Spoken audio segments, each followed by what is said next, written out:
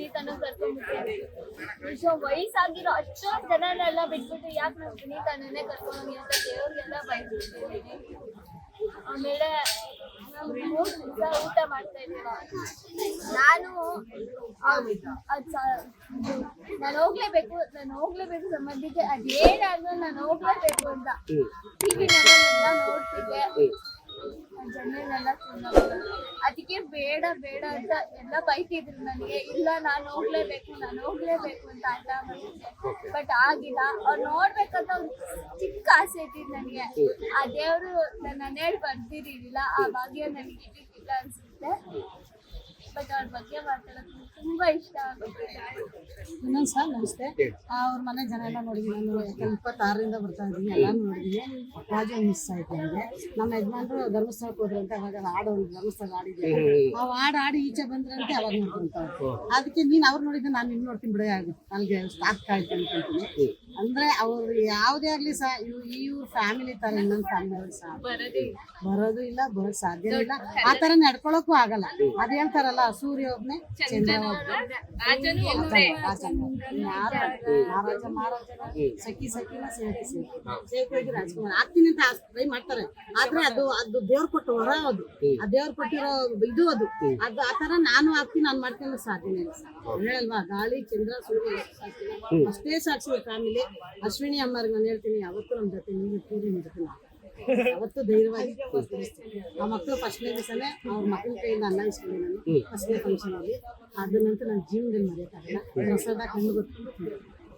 ಪ್ರಸಾದನ ಇಲ್ಲಿ ಬಂದ್ರೆ ನಾವು ಪ್ರಸಾದ ತಿಂದೆ ಹೋಗಲ್ಲ, ತಗೊಂಡೋ ಫ್ರೆಂಡ್ಗಳಿಗೂ ಕೊಡ್ತೀನಲ್ಲ, ಅದನ್ನು ತುಂಬಾ ಇಷ್ಟ ಸರ್. ಅಪ್ಪನಿಗೆ ಶಿವರಾಜ್ ಕುಮಾರ್ ಅವ್ರಿಗೆ ಎಲ್ಲಾ ಮೂವಿನೂ ನೋಡ್ತಾರೆ ಅವರು. ಅವ್ರಿಗೆ ಒಂದ್ಸತಿ ಅಪೇಟ ಕಂಡಿದ್ದಾರೆ. ಅದಕ್ಕೆ ನಮ್ಮ ಅಪ್ಪ ಹೇಳಿದ್ರು, ಅವ್ರೇನ ನಾನು ಅವ್ರ ಜೊತೆ ನಾನು ಬದುಕಿರಲ್ಲ ಅಂತೆಲ್ಲ ಹೇಳ್ತಾ ಇದ್ರು. ಬಟ್ ಇವಾಗ ಅವರು ಎಕ್ಸ್ಪೈರ್ಡ್ ಆಗಿದ್ದಾರೆ.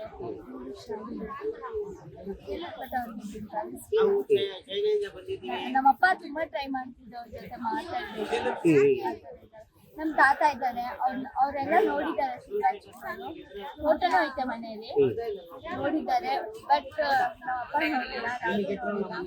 ಬಟ್ ಅವ್ರಿಗೆ ಯಾವಾಗ ಒಂದ್ಸತಿ ನನ್ನ ಜೊತೆ ನಂಗೆ ತುಂಬಾ ಇಷ್ಟ. ಅವ್ರ ಜೊತೆ ಏನೇನೋ ಮಾಡ್ಬೇಕು ಇನ್ನೊಂದು ಆಸೆ ನನಗೆ. ನಾನು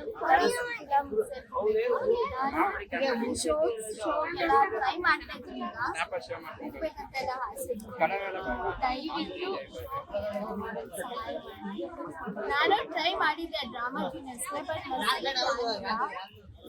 ಪುನೀತನ ಆಶೀರ್ವಾದ ನೋಡೋಣ. ನೆಕ್ಸ್ಟ್ ವೀಕ್ ಶೋ ಬರುತ್ತೆ. ಆ ಶೋಗೆ ನಾನು ಆಡಿಷನ್ ಕೊಡ್ತೀನಿ. ಪುನೀತನ ಅನುಗ್ರಹ ಸೆಲೆಕ್ಟ್ ಆದ್ರೆ ನನಗೆ ಟಿವಿನಲ್ಲಿ ಸೇರ್ಬೇಕನ್ನೋ ಭಾಳ ಹುಚ್ಚು. ಎಲ್ರೂ ಬೈತಾರೆ, ನೀನ್ ಟಿವಿಗೆಲ್ಲ ಸೇರ್ಬೇಡ, ನೋಡ ಎಂತ ಬಟ್ಟೆ ಹಾಕೊಂತಾರೆ ಅಂತ ಬಟ್ಟೆ. ನಂಗೆ ಆ ಥರ ಏನಿಲ್ಲ.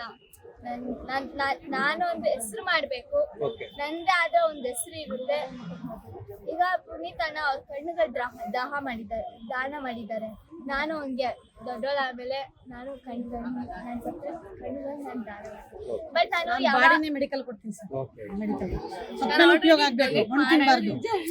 ಬರ್ನಿಂಗ್ ಕೊಟ್ಬಿಡ್ತಾರೆ, ಆ ಬರ್ನಿಂಗ್ ವೇಸ್ಟ್ ಅದು. ಅದಕ್ಕೆ ಕೊಟ್ರೆ ಮೆಡಿಕಲ್ ಓದೋ ಮಕ್ಕಳಿಗೆ ಹೆಲ್ಪ್ ಆಗುತ್ತೆ. ಇವಾಗ ಒಂದು ಪಾಯಿಂಟ್ ಫಸ್ಟ್ ಹೇಳ್ಬೇಕಾಗಿತ್ತು, ನಾನು ಸಾರಿ ಕೇಳ್ತೀನಿ. ಮೆಡಿಕಲ್ ಡಿಪಾರ್ಟ್ಮೆಂಟ್ ಇಲ್ಲ, ಹಣ ಆಸ್ತಿ ಬಂಗ್ಲೆ ಏನಿದ್ರು ಆ ಮಧ್ಯರಾತ್ರಿ ಆಗ್ಬೋದು, ಎಷ್ಟೊತ್ತೆಲ್ಲ ಆಗ್ಬೋದು, ಮಲಗಿರ್ತವೆ ಸಿಸ್ಟ್ರು. ನಾವು ಆಂಬುಲೆನ್ಸ್ ಹೋಯ್ತು ಅಂದ್ರೆ ಅದೆಷ್ಟು ಬೇಗ ಎತ್ತಿ. ನಮ್ಮ ಯಜಮಾನ್ರಿಗೆ ಸೀರಿಯಸ್ ಆಗ್ಬಿಟ್ಟಿತ್ತು. ಇಲ್ಲಿ ಲೈಫ್ ಲೈನು ಹೊಟ್ಟೆ ನೋವು ಆ ಥರ ಬಿಡ್ತಾರೆ. ನಾವು ಮಲ್ಲತ್ತಳ್ಳಿ ಯಾವ ಸಿಗುತ್ತೆ, ಪಾಪಡಿ ಪಳ್ಳಿ ಯಾವ ಸಿಗುತ್ತೆ ಎಣ್ಸ್ಕೊಂಡ್ ಬಂದಿದ್ದೀವಿ. ಅಷ್ಟು ಹೊಟ್ಟೆ ನೋವು ಬಂದ ತಕ್ಷಣ ಒಂದು ಇಂಜೆಕ್ಷನ್ ಕೊಟ್ಟು ಪೇನ್ ಕಿಲ್ಲರ್ ಅಷ್ಟು ನಾನು ನಿಜವಾಗ್ಲೂ ಹಿಂಗಾಗುತ್ತೆ ಅನ್ಬೇಡಿ. ಅಂದ್ರೆ ಅವ್ರಿಗೆ ನಾವು ಎಲ್ಲಿದ್ರು ಥ್ಯಾಂಕ್ಸ್ ಹಾಕ್ತೀವಿ. ಡಾಕ್ಟ್ರು ನರ್ಸ್ಗಳು ನಮಗಾಗಿ ಹಗಲು ರಾತ್ರಿ ಕಾದು ಮೆಡಿಸಿನ್ ಕೊಟ್ಟು ಅವ್ರಿಲ್ಲ ಅಂದ್ರೆ ನಾವಿಲ್ಲ. ಡಾಕ್ಟ್ರು ಸಿಬ್ಬಂದಿ ಮೆಡಿಕಲ್ ಸಿಬ್ಬಂದಿಗೆಲ್ಲ ನಾನು ನಂಬಿದ್ದೀನಿ. ಲೇಟೆಸ್ಟ್ ಹಾಗೂ ಇಂಟ್ರೆಸ್ಟಿಂಗ್ ಸುದ್ದಿಗಳಿಗಾಗಿ ಬಾಸ್ ಟಿವಿ ಕನ್ನಡ ಚಾನೆಲ್ನ ಸಬ್ಸ್ಕ್ರೈಬ್ ಮಾಡಿ. ಹಾಗೆಯೇ ಬೆಲ್ ಐಕಾನ್ ಪ್ರೆಸ್ ಮಾಡಿ. ಇದರ ಜೊತೆಗೆ ಫೇಸ್ಬುಕ್, ಇನ್ಸ್ಟಾಗ್ರಾಮ್, ಎಕ್ಸ್ ನಲ್ಲೂ ಮಿಸ್ ಮಾಡದೆ ಫಾಲೋ ಮಾಡಿ.